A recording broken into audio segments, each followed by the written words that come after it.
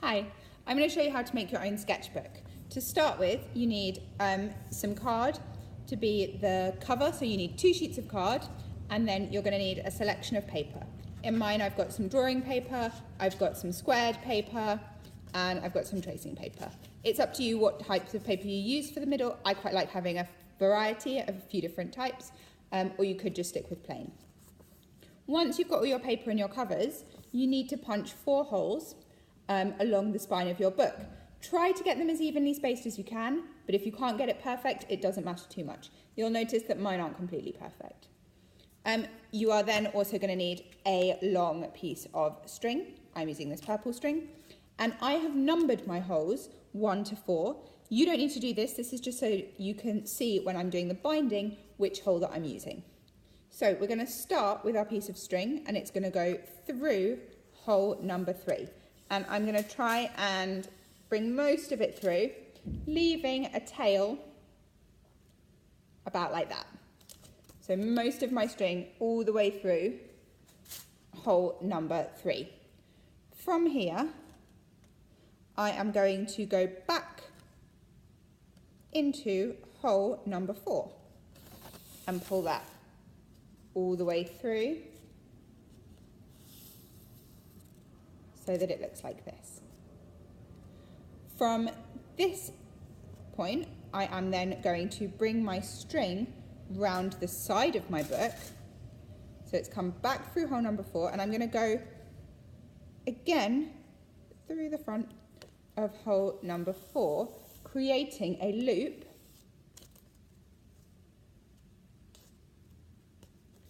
round the side of the book. So that has looped through. So we've got our stitch here, and then it loops through. Now, from here, I am going to come back through my thread is through hole number 4. I'm going to bring all of the thread over, so it's at the front, and then once again, go through 4. So now, as well as having a loop on the side, we have a loop here. So we've got loop and a loop, and both your strings should be at the back. So take the end of your string again, and you are going to come through hole number 3. And you're going to come all the way round. So you are creating a loop here. We're going to go back into hole number 3. So that completes our loop.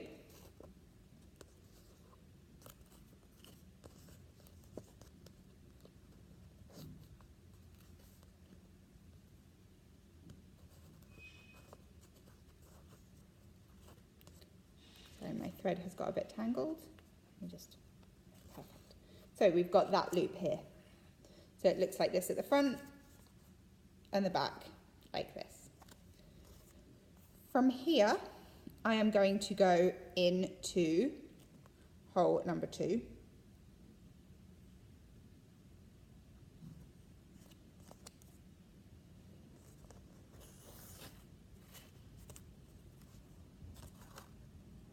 Okay, so we've gone into hole number 2, and then we need to create that loop again. So going to bring the thread all the way to the front and go back through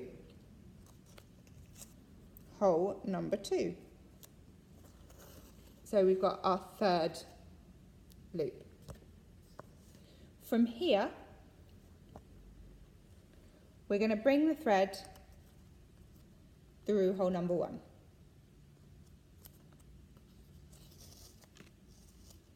Like this. And we now need to create the loop like we have here, but on this side. So we're going to bring it round the side and back through hole number 1.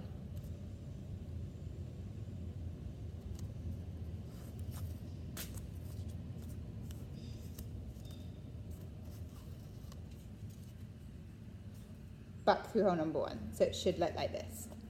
The next thing we need to do, once again, is that loop. So loop through.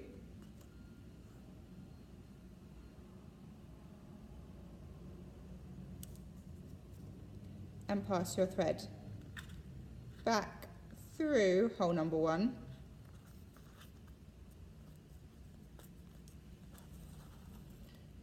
So we've got the loop here. So we now have all of our loops, 4 along the spine of the book, and then these ones at the edges. Now, all we need to do now is complete our book. So to complete our book, we need to come back through hole number 2. Perfect. Okay, so from the front, it looks like this. That's your Japanese binding, really nearly done. But we need to finish off at the back. So the back looks like this, and we have these 2 tails. All I'm going to do is really simply tie those in a knot. And then I'm going to put a bow to hold it securely in place. So I've got a bow. Now you might have some excess string. You can cut those bits off. And you have your finished book, ready to do loads of fantastic drawings. Excellent, well done.